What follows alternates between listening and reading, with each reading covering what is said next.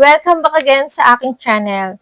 And guys, so for today's video ay pag-uusapan natin ang dalawang settings na makakatulong sa public post mo.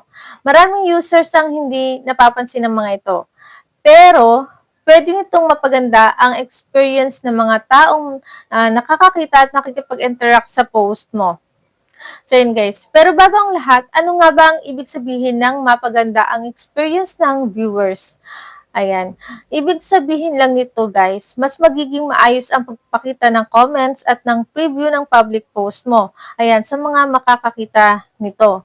Ayan. So, halimbawa guys, mas madaling makita ng viewers ang mahalagang comments at kapag na-share ang public post mo sa labas ng Facebook, makakakita rin sila ng preview ng post mo.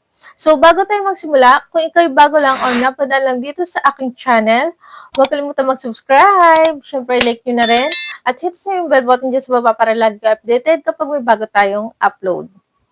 So, umpisahan na natin. Let's start. So, una guys, pumunta lang tayo sa ating Facebook.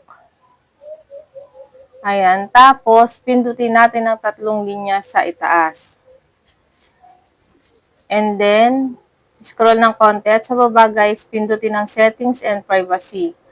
Tapos, pindutin lang ang settings sa itaas. So, ayan, scroll lang tayo guys. Hanapin natin ang followers and public content. Ito, ayan, pindutin lang yan. So, scroll lang tayo ng konti. At sa baba guys, dito makikita nyo tong dalawang naka-on na to. So, unahin natin ang show most relevant comment first. Kapag yan ay naka-on, sinasala nito ang mga spam o paulit-ulit na komento para hindi makita agad. Dito naman guys sa pangalawa, itong off Facebook previews. Ayan, kapag naka-on naman yung off Facebook preview na yan, pinapayagan mo ang Facebook na ipakita ang preview na yan sa labas ng app para mas marami pa ang makakita at mag-click ng link. Kung nakatulong sa iyo ang video nito, huwag kalimutan mag-like, share, and subscribe. Kung may katanungan kayo, comment down below at sasagutin ko yan sa comment section. Kita-kits na lang ulit tayo sa sunod kong video. Thank you for watching. Bye!